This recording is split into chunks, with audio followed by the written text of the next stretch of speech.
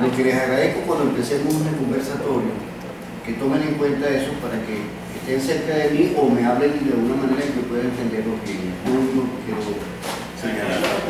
La edad pega por muchas cosas, pero esa es una de ellas. Bueno, hay que estar pendiente que falte Jessica, ella no escribió por el WhatsApp ni por correo, no sé si irá a venir. Entonces, si toca la puerta, ya saben. Ok, saben, por favor. Bueno, entonces, la idea, es de Andreina. Bueno, presentarle el invitado de hoy, que es el maestro Santiago Paul. De luz y de tamaño. De luz y de tamaño, sí. Y bueno, aquí tengo un pequeño perfil extraído de los libros oficiales de diseño en Venezuela. Nació en Cardedeu, España. Viene a Venezuela de niño, es venezolano. Estudió en la Escuela de Artes Plásticas Cristóbal Rojas entre 1962 y 1964 y en la Escuela Superior de Bellas Artes de París en 1968. En 1974 participó en la serie La Nueva Estampilla Venezolana, convocada por el presidente de Postel de aquel entonces, don Gonzalo Plaza. Junto a Santiago Paul participaron en esta iniciativa también Álvaro Sotillo, Miguel Leufer y Nero. Ha participado en más de 50 exposiciones nacionales e internacionales y ha expuesto individualmente múltiples veces, entre las que se encuentran Paseo por el Olfato Visual de Santiago Paul en el Museo Carlos Cruz X en el año 2002 y Polifonía Gráfica, medio siglo de carteles en Santiago Paul en la Sala Mendoza entre 2016 y 2017. Solamente estoy citando las más recientes, unas de las más recientes. Fue seleccionado para representar a Venezuela en el pabellón de la Bienal de Venecia en 2005 con la muestra Color, Amor y Calor de la Pequeña Venecia. Fue honrado con el Premio Nacional de Artes Plásticas en 2002 y es el primer creador en ser reconocido por sus aportes al diseño gráfico venezolano. Ha sido jurado internacional en concursos de diseño gráfico y de cartel a nivel mundial y es conferencista experto. Ha ejercido la docencia en la Escuela de Artes Plásticas, la Universidad Simón Bolívar, el Instituto de Diseño Neumann y Prodiseño. Dirigió la Escuela de Diseño Integral de la UNED en San Felipe, cuya primera cohorte egresó en 2011. Y vale la pena hacer el apartado de que colaboró en la construcción del programa y la creación de esta Escuela de Diseño Integral, que tiene la particularidad de no ofrecer una mención en específico, sino formar, como lo dice el mismo nombre, integralmente a los creadores que en ella estudian. Es miembro de la Alianza Gráfica Internacional, AGI, y en 2015 fue seleccionado por la organización Cato Brand Partners como uno de los mejores 250 diseñadores gráficos del mundo. Santiago Paul es sinónimo de cartel en Venezuela y una de sus frases que me parece interesante resaltar es: un cartel en la calle tiene que ser un grito.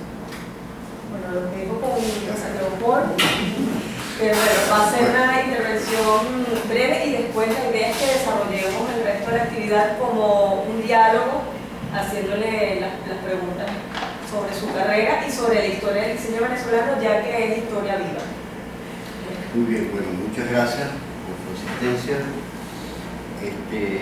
Yo he escrito una cosa, yo sé que es muy fastidioso una conversación relleno, pero como yo tengo la mala costumbre de dispersarme mucho, decidí escribir algo que dura un cuarto de hora porque lo cronometré. O sea, para que tengan un poquito de paciencia y de esta manera poder explicar ordenadamente lo que en mi cabeza se alborotó. Evidentemente yo, cuando Elina me comentó esto, yo pensé que era la semana anterior y preparé todo para la semana anterior. Incluso yo le dije el día antes: Elina, nos vemos mañana. Y dice: no, no es mañana, es el próximo martes. Total que bueno, no me afectó en absoluto porque yo ya había adelantado esto. Pero les voy a leer esto Y después, por favor, les agradezco que me hagan sus comentarios. No me interrumpan para leer esto de corrido, guárdense las preguntas, pero sí me gustaría que tuviéramos un diálogo fraterno, directo, que ustedes me muestren todas sus inquietudes, sus dudas, y yo lo que pueda responder, con todo gusto lo voy a hacer. Así que bueno, el diseño gráfico venezolano desde los 60 hasta nuestros días. Introducción. Si bien el diseño gráfico venezolano alcanza su modernidad después de los 60, no es menos cierto que su génesis se encuentra antes de esta fecha. A mi juicio, una característica importante del diseño venezolano luego de los 60 es A, su modernidad, en la cual los maestros Loeffler, Nelo, Larry June jugaron un papel fundamental. B, la influencia del arte puro, pues han sido muchos los artistas reconocidos que se han dedicado a este oficio. C, la caída de la férrea dictadura de Marcos Pérez Jiménez, que le dieron alas de libertad al diseño nacional. D, la bonanza económica como resultado de la renta petrolera. Tenemos que tener muy claro que siempre se necesitará finanzas para hacer diseño. Recuento parcial de lo importante del diseño gráfico desde el 60 hasta el 2017. Enumeración de hechos importantes sin orden cronológico.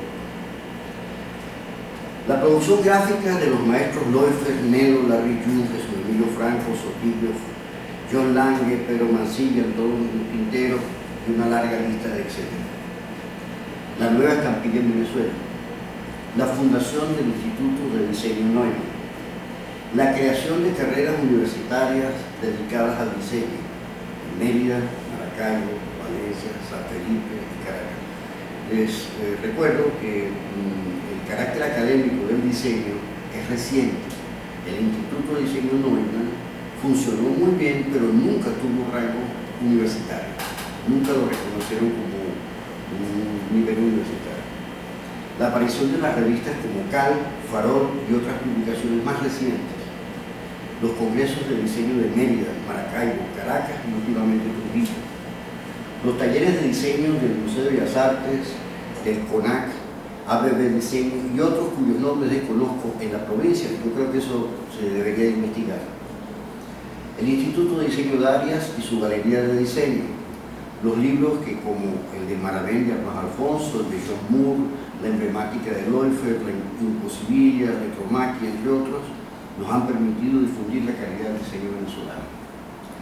Los alfabetos de John Moore, el libro de marcas de José Villamizar y sus logos y tipografías personales, la fundación del Museo de la Estampa y del Diseño Carlos Cruz Diez, la breve pero importante creación del Centro de Arte de la Estancia, la participación de Venezuela en la Bienal de Venecia del 2005 con una obra solo de diseño de afiche, Color, Amor y Color de la Pequeña Venecia, las imprentas como Promotip y Editorial Arte, que se prestaron para lograr impresiones de gran calidad editorial. Desde luego, una larga lista de diseñadores que durante este periodo de 70 hasta hoy han venido proyectando su obra. Los premios del libro más bello del mundo, logrados por Sotillo y otros diseñadores en Leipzig, son el mejor reconocimiento de la alta calidad del diseño venezolano. La nueva estampilla en Venezuela, ya Edina la citó, la que tuvimos un equipo entre Loeffler, Nelo, Sotillo y yo. Las aficheras del metro de Caracas, en sus inicios, no ahora porque son una porquería. La creación del Fondo No Bibliográfico de la Biblioteca Nacional.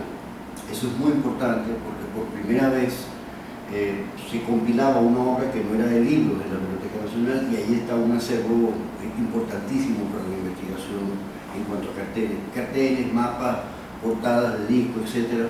Lo podrán encontrar en el Fondo No Bibliográfico de la Biblioteca Nacional. Eso se creó en el año 74. Los premios al diseño y la fotografía de la Biblioteca Nacional, que se dieron entre finales del 70 y principios del 80.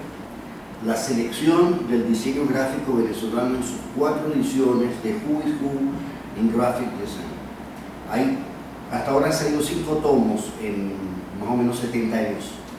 Y en los 5 tomos aparece Venezuela allí. Eso es una recuperación extraordinaria.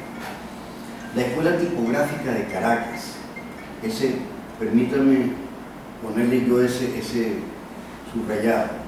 A mi juicio, uno de los aspectos más importantes o relevantes de lo ocurrido después de los 60 en nuestro país. Álvaro Sotillo es su creador más reconocido. Sin embargo, Luis Giraldo, Ariel Pinto, el taller ABB de diseño, que los integran Carolina Belisario, Valesca Belisario, Carolina Arnal y Oscar, mi gran amigo, que ya ustedes saben falleció, Carlos Rodríguez, Ibrahim Hebreda y Teresa Mulet, entre otros, forman una escuela tipográfica que a mi modo de ver es de los aspectos más relevantes del diseño venezolano. La aparición de la plataforma digital ha revolucionado las técnicas de realización gráfica. Recordemos que antes diseñábamos a mano. Para ustedes que ya están familiarizados seguramente desde que nacieron y han visto la computadora, seguramente es una cosa normal, pero para nosotros significó una revolución tremenda. Hasta nos asustó cuando empezamos a darnos cuenta que podía diagramar una computadora y nosotros todavía éramos de la época que pegamos galeradas con tape para diagramar las cosas. Ahora, como decía Piso, puede estar incompleto, que amerita una investigación exhaustiva. Ahora les voy a hablar de mi trabajo. Soy autodidacta. Mi formación gráfica es seguramente la de un pintor, ya que mis estudios fueron en la Escuela de Artes Plásticas de Caracas y la Escuela Superior de Bellas Artes de París. Además, he seguido pintando en paralelo a mi trabajo como diseñador y docente, pero es una obra que yo no he mostrado, lo he tenido siempre a escondida. Otra cosa importante fue haber sido obrero de artes gráficas al principio de los 60. Esto me permitió conocer a fondo las técnicas de reproducción como el offset, la tipografía, el logotipo, el fotolito. Luego, en la tipografía Vargas, cuando diagramaba la revista la revista Imagen, me formé en la técnica de hueco grabado. Y al diseñar afiches políticos, evidentemente, conocí de la impresión serigráfica.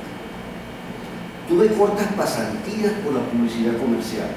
Sin embargo, esa fue una amarga experiencia.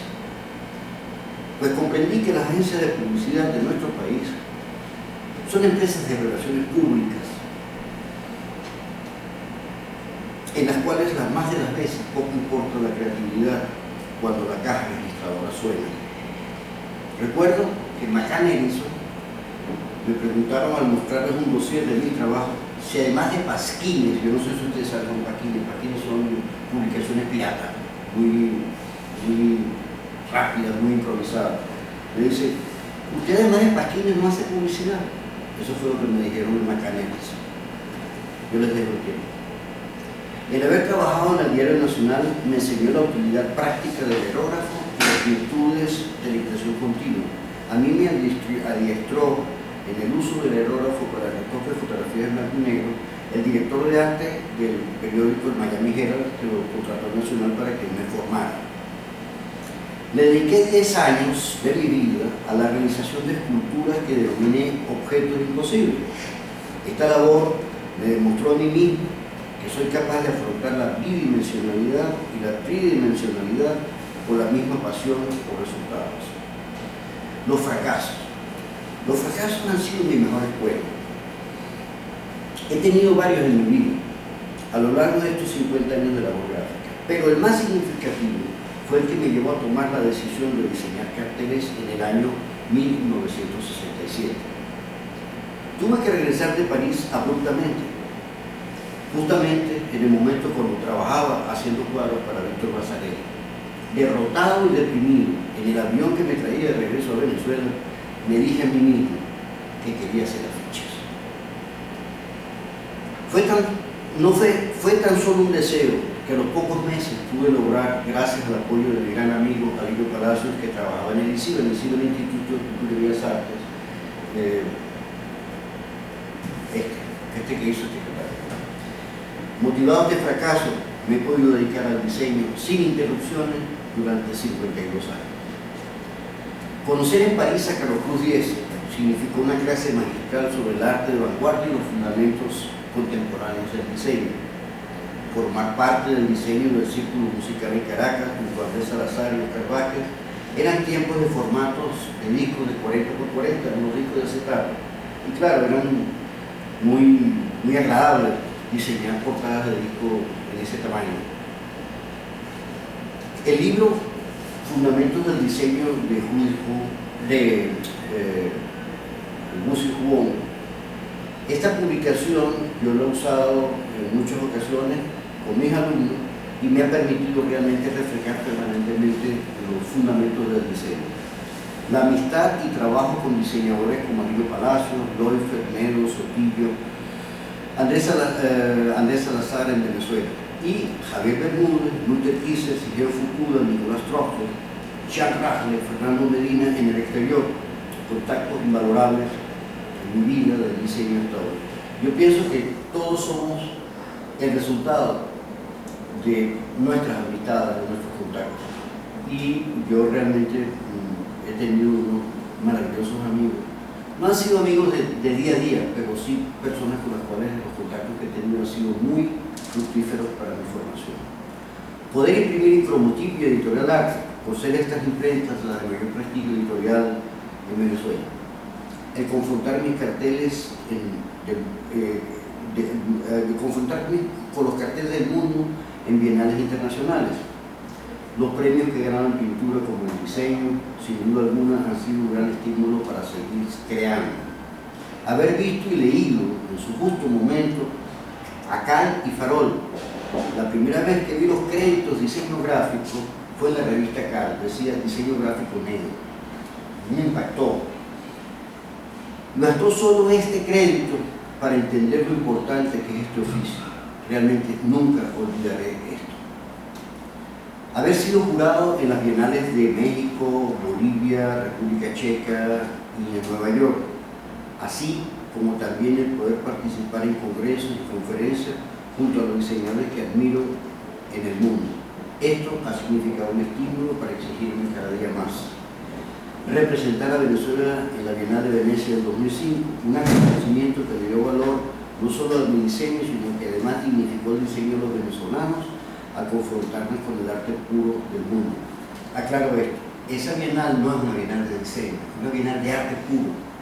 En este año, esa bienal parecía que se hubieran puesto todos los países del mundo para hacer una muestra casi apocalíptica. Era terrible, todo era gris, oscuro, feo, hasta el pabellón de Suecia y Dinamarca no tenía nada en el pabellón, nada.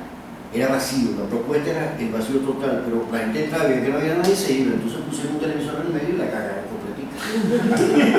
Pero fue una bienal verdaderamente lúgubre y triste. Recuerdo un performance de un país de estos de la República Socialista Soviética, que era un video de una persona que le daba una cachetada, y después vino por otro lado y le daba otra cachetada. Era casi una exposición sadomasoquista.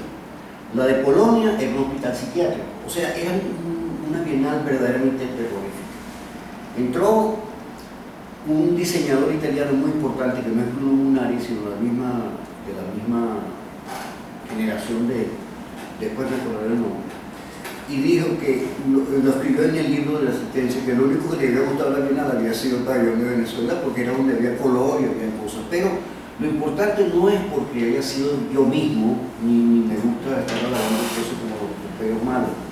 Lo importante era que le dieron el rango del diseño que no había tenido hasta ese momento, a la par de lo que era el arte puro, internacional, nada más y nada menos que la Bienal de Venecia. Por eso yo creo que es significativo, no para mí, sino para el prestigio que tiene el diseño gráfico venezolano en nuestro país.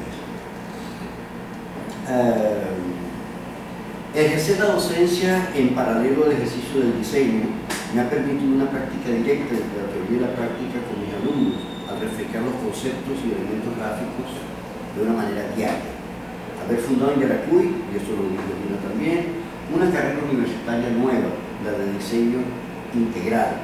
Hasta entonces, en Venezuela existían a nivel universitario pocas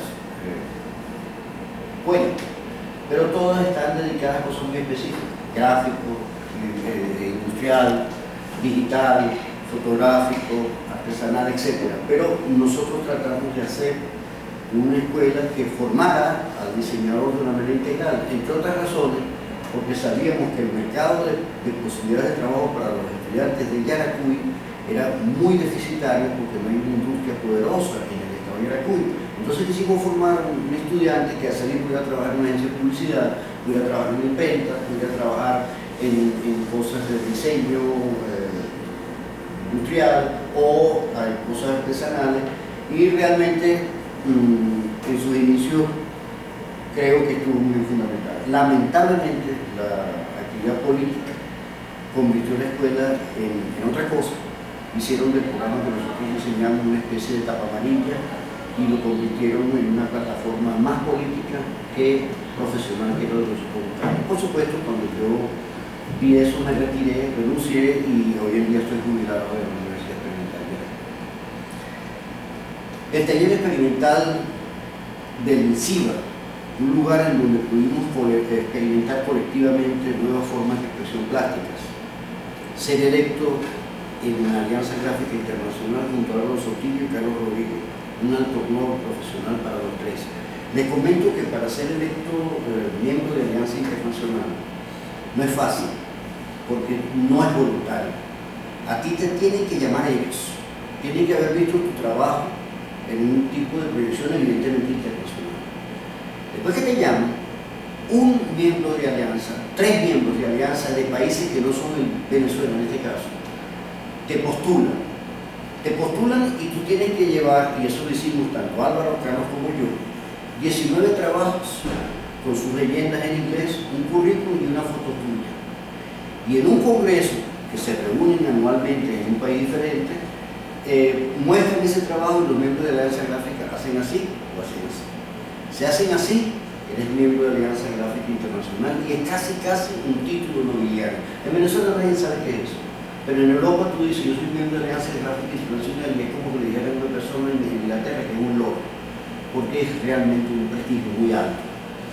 Pero fíjense que nosotros nos postularon 3 desde Suiza, desde Francia, y a Sotillo, a Carlos Rodríguez y a mí, y a los 3 nos aceptaron. Diseñar algunos carteles internacionales para importantes eventos mundiales significó un reconocimiento personal que valoro en su justa medida. Presenciar y vivir la época de oro del chinetismo en París, en particular haber trabajado haciendo múltiples para la obra de Víctor Vasarely. Estudiar apasionadamente los movimientos plásticos contemporáneos desde el impresionismo hasta el pop art, y también hacer sucesivos homenajes en diseños a sus creadores. Esto ha sido una oportunidad maravillosa de contrastar estilos y conceptos plásticos. Nutrirme de las calles de Caracas y de San Felipe, las cuales me han permitido analizar simbologías de lo cotidiano y de lo urbano para mejorar el discurso visual de cara a la realidad. En cuanto al color, generalmente uso colores puros, primarios, secundarios, terciarios, sin porcentajes de negro. El negro en mis carteles solo lo uso en casos muy puntuales. Para mi gusto, los colores llamados neón o fosforescentes son desagradables y nunca los he podido usar. De verdad que cuando trabajo esos colores me incomoda. Es más, cuando me han regalado una camisa de fosforescente no la soporto, me atormenta el color. No sé si en el futuro cambiaré de opinión. Siempre mis armonías cromáticas las hago con colores que me gustan. Jamás combino colores que no me agradan. Haber diseñado el plano del metro de Caracas en sus inicios, en el año 82, el logo del CNE, la Lotería de Caracas, Misión Sucre, el de la Dirección de Cultura de UCB y el de la Orfeo Universitario, el de la Alcaldía de Galinas, entre otros. Entendí que para impactar hay que romper las normas académicas del diseño. Como cartelista tengo que provocar al transecto. Es que es importante, voy a leerlo de nuevo. Entendí que para impactar hay que romper las normas académicas del diseño, pero esto solo lo podemos hacer cuando esas normas se conocen. Como cartelista tengo que provocar al transeúnte. Un cartel es un sueño detenido en el tiempo y en el espacio. Un cartel es una cátedra visual en la vía pública. Siempre he querido sacar el arte de los museos o galerías y trasladarlo a los muros callejeros. El afiche, a mi juicio, cumple con esta intención. Exponer frecuentemente las ficheras del metro y oír los comentarios de los usuarios del mismo ha sido una forma crítica y estimulante para interpretar contenidos visuales. Oír con atención, y eso es muy, muy importante, las necesidades y problemas de mis clientes. Esto ha sido la mejor manera de interpretar sus problemas y resolverlos exitosamente. Dudar siempre. No me siento seguro trabajando. No me siento seguro, por eso trabajo incansablemente. Por fortuna, no sé diseñar, y esto me obliga a probar ideas diferentes. En algunos casos, he dibujado miles de bocetos para mostrar tan solo una idea. Yo nunca muestro 3 ideas. Yo jamás caigo en esa trampa. Eso, cuando a mí me dice un cliente, mira, tráeme 3 boceticos de eso, yo digo, mira, yo no te los traigo porque no soy hipócrita. Te lo digo de frente. ¿Cómo que es eso? Eso impacta. Pues bueno, muy sencillo, a nadie le gustan 3 cosas al mismo tiempo. Sí, pero bueno, si a lo mejor después hacemos una cosa con eso, ¿no? Lo que sale de 3 ideas distintas, por lo general son unos pastichos insoportables, que a nadie le gusta, ni siquiera a los autores. Pues sí, yo puedo haber hecho, como en algunos casos, no en todos, pero cuando he tenido tiempo, he hecho miles de bocetos. Para México, para el cartel Voces de Libertad, hice 1500 bocetos manuales. Después vinieron los bocetos digitales. Pero yo enseñé una sola obra. Para los murales de la UCAP, no los conté, los pesé. Fueron 6 meses de trabajo y en papel croquis con un portaminas de 0.5 milímetros. Los bocetos pesan y están en la UCAP, los tienen ver 6 kilos de papel de boceto. Pero yo siempre entregué un boceto final en cada uno. Casualmente los de la UCAP, los 7 que entregué, me los aprobaron los 7 y así se imprimieron, en gran escala. Aquí lo digo, diseñar 7 murales efímeros para los 60 años de la UCAP y dejar una exposición permanente, formato cartel que está en la parte de abajo del rectorado. Analizar y estudiar lo que no me gusta, fíjense esto que es también para mí muy importante. Ahora hay la manía de me gusta o no me gusta. Y ahí hay los corazoncitos que aparecen frecuentemente. Yo entiendo que es una forma de mirar. Pero ¿saben una cosa? Yo he aprendido mucho de lo que no me gusta. Porque yo creo que el gusto a veces es una trampa jaula. Cuando tú dices me gusta algo, es que reúne los requisitos de lo que tú previamente conoces. Cuando no te gusta algo, es que seguramente está violentando algo que te sorprende de alguna manera. Cuando eso me ha ocurrido, me ha pasado con algunos diseñadores importantes, bueno, este cartel tan malo, no este premio de la otra cosa. Y me pongo a dibujar, me pongo a estudiar. Y les juro que las más de las veces no solamente aprendo, sino que termina gustándome lo que al principio no me había gustado. Tengo una virtud y es la de la constancia. La otra es la pasión de él por el diseño.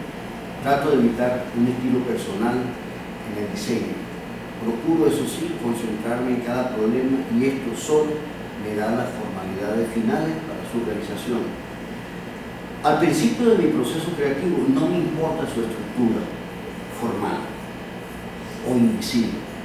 Esta viene a aparecer cuando ya está clarificada mi propuesta final para el cliente. Imagínense si hago miles de bocetos, por decirle algo, cientos de bocetos, y me pusiera a estudiar la estructura de cada uno, me pasa 40 años haciendo bocetos. Entonces yo suelto mis primeras rayas, son unos trazos muy toscos, muy para mí, y a medida que una idea me va cautivando, me va llevando el camino de lo que se me ha pedido en mi proceso creativo, en la parte de la información, ahí sí desarrollo bocetos de tamaño más grande y finalmente construyo la estructura invisible que soporta los elementos gráficos. La integración de las artes que hace Carlos Rodríguez Nuevo aquí en la universidad, del otro lado del Guaire. Para mí, Esta obra de Villanueva es un libro abierto en el espacio que me demuestra siempre la importancia de la forma y su función en el diseño. Actualmente estoy diseñando 50 carteles para el cine venezolano. Creo que este es el reto más grande al cual me he tenido que enfrentar en mi vida como diseñador. Ya llevo 22 de 50. Finalmente, una de las cosas que me honra enormemente es haber alcanzado, haber obtenido el Premio Nacional de Artes Plásticas, que fue en el 2001. Pero me dieron ese Premio Nacional de Artes Plásticas por mi obra como diseñador. Yo no entregué ni un solo cuadro, sino lo que mostré todo el tiempo fueron diseños. Ahora quisiera decirle qué le falta al diseño gráfico en Venezuela hoy. Creo que la pata coja de nuestro diseño ha sido la investigación. Eso lo comentábamos informalmente antes de esta intervención. La obra de nuestros diseñadores se ha difundido por ser el diseño un medio de comunicación. Sin embargo, no hay una cronología completa, detallada, ordenada o completa. En Internet existen informaciones sesgadas, parciales y a veces hasta falsas. En mi caso, doy fe de que aparecen obras de diseño que se me achacan y no son de mi autoría. Reconozco, eso sí, los esfuerzos en este sentido de Humberto Valdivieso, de Lina Pérez Urbaneja y Carmen Alicia de Pascual. Como resultado de lo anterior, es necesario escribir la historia del diseño venezolano. Para empezar, se puede hacer un inventario de las fuentes de la misma. De esta manera, se obtendrán los elementos iniciales de esta historia. Se puede aprovechar igualmente que hay diseñadores vivos, los cuales ayudarían en mucho a dar luces en este sentido. Dos cosas que no comparto de algunos diseñadores de hoy. Uno, diseñar para diseñadores. Decía Oscar Wilde, los malos artistas siempre se alaban entre sí. Dos, tampoco me gustan estos diseñadores de lobby que se la pasen haciendo del diseño un ejercicio de relaciones públicas personales. Van de avión en avión, de país en país, y yo me pregunto, ¿con qué tiempo diseñan? Felizmente son muy pocos. Conozco algunos de ellos y les aseguro que su obra es superficial. Por supuesto, me reservo sus nombres. Consideración final, ahora los doy a ustedes. Muchas gracias.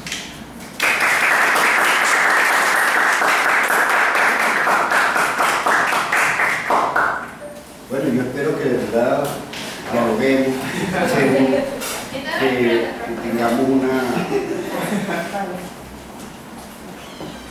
tengamos una conversación, que no se tranquen, que suelten todo lo que ustedes quieran preguntar. ¿Sigo grabando o para? Si quieres, Lo dejo. bueno, ¿alguna otra pregunta? Sí.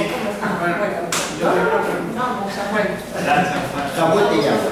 Sí, nosotros nos Echa para adelante, conocemos Samuel. de Yaracuy. Ah, ¿tú eres de Yaracuy? No, de Lenet. Ah, Amigo de Carlitos. Ah, ok. No. Perfecto. ¿No estuviste allá con más o menos tú también en Lima, no? No me acuerdo de Lina, pero ¿En sí. qué? En el 2000. ¿Era la 1, la 2, la 3? El último que hubo. Ah, no, nosotros fuimos la primera. Yo tuve una charla y lo conocí, de hecho, en ese lugar. Eso creo que fue en una cosa de prensa de Yaracuy. Ajá, en el salón de prensa. En el salón de prensa, exactamente. Me llama mucho la atención lo que dice del cartel como grito, o sea, en la calle, que literalmente es una expresión para sacar el arte de las calles.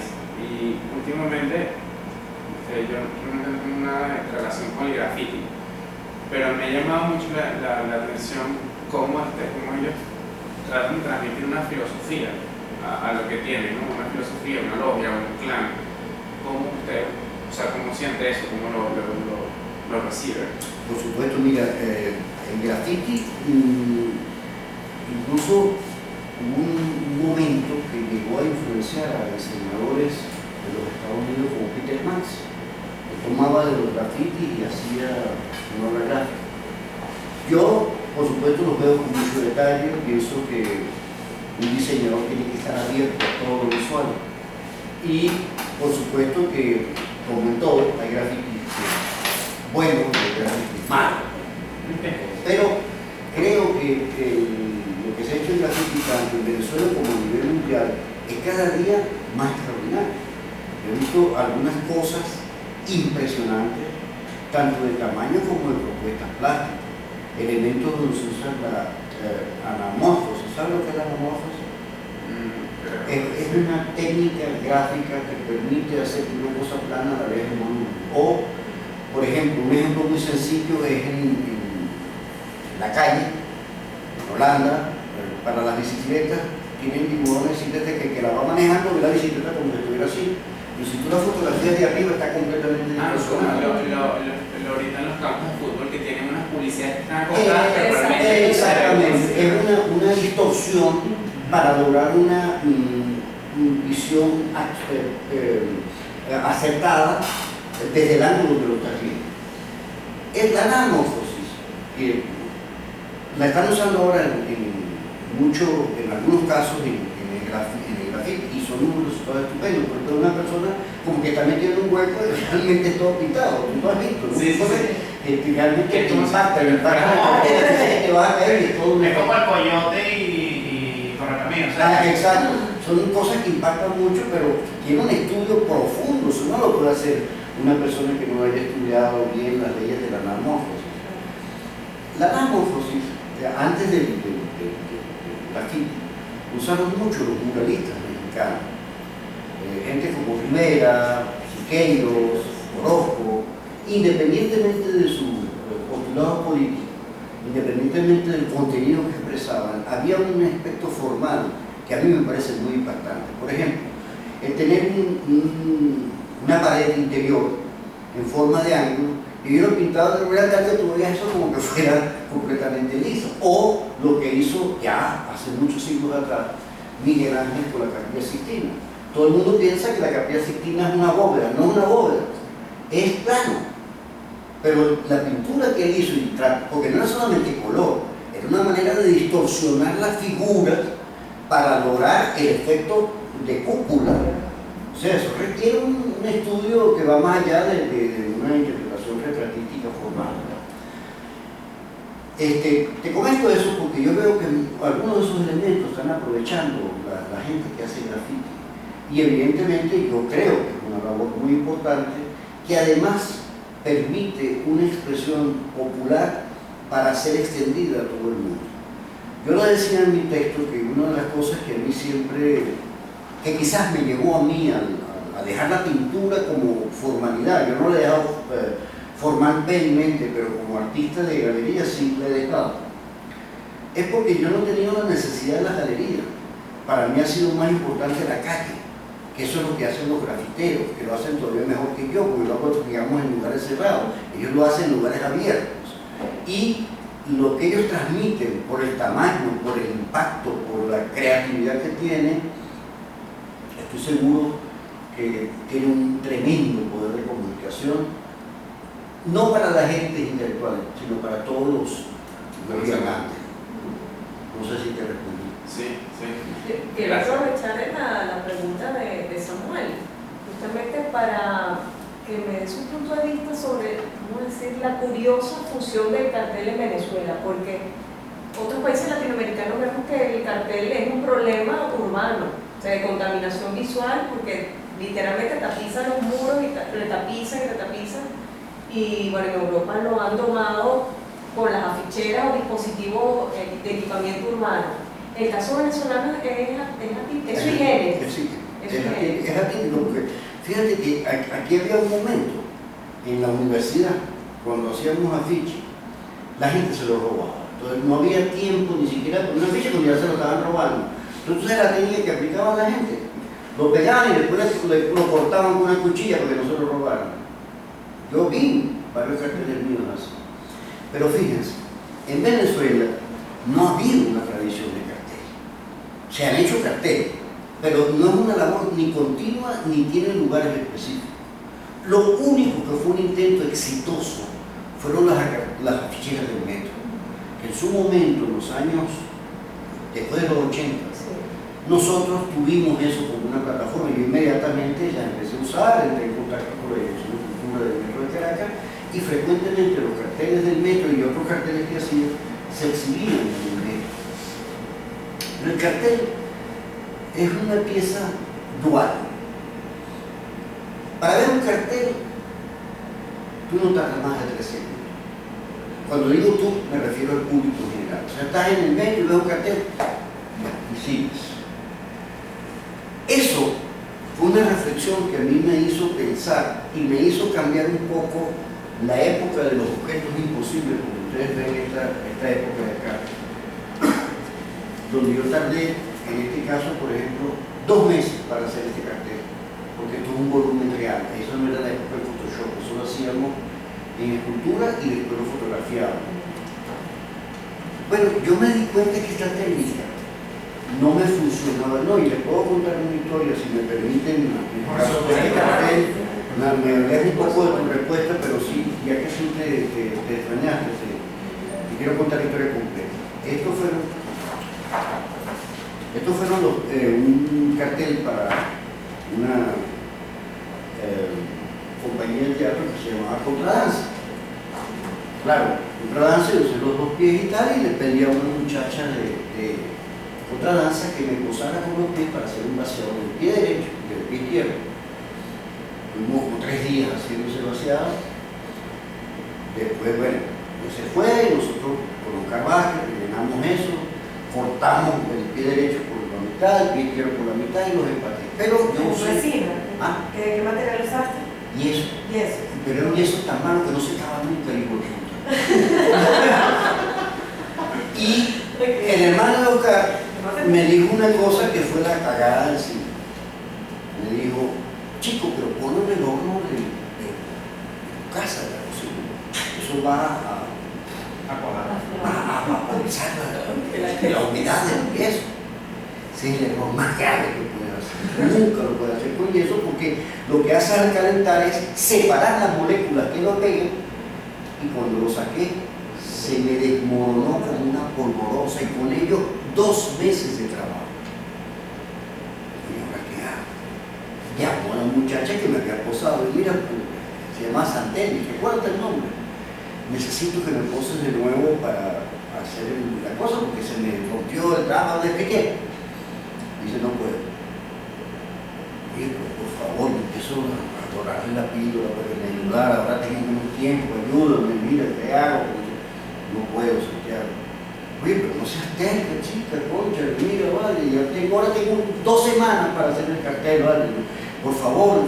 No puedo porque tuve un accidente y tengo los 2 pies empezados. Se lo juro que eso es, no hay cuento, es tal cual pasó. ¿Saben lo que hice? Me compré una afeitadora, un bote de vaselina y estos son mis pies.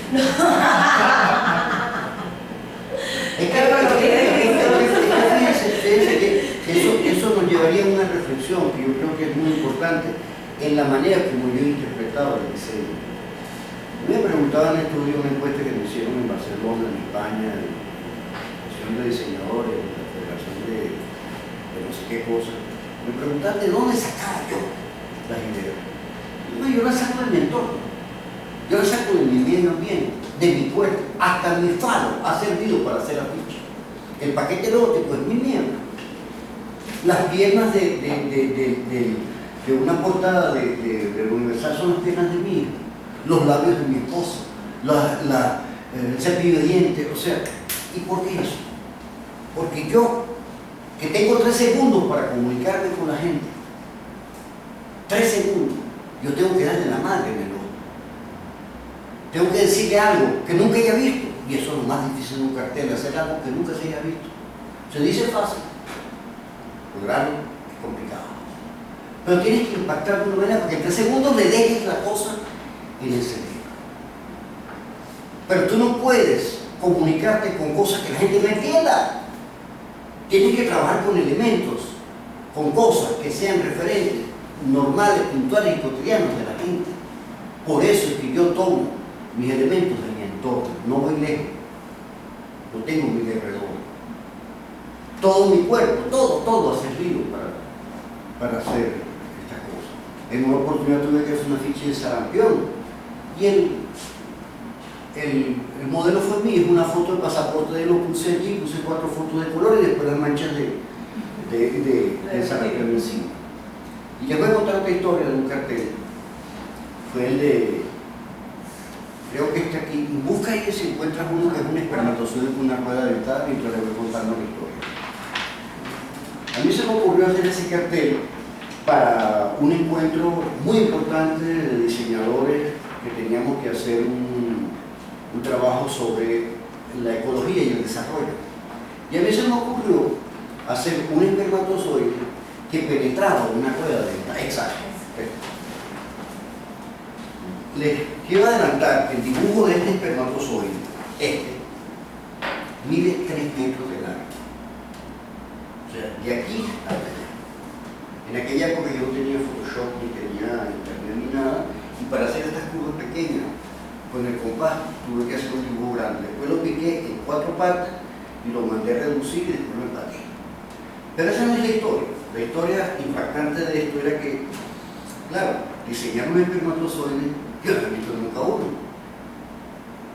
No ve el semen, pero no ve el espermatozoide. Entonces, comencé a investigar.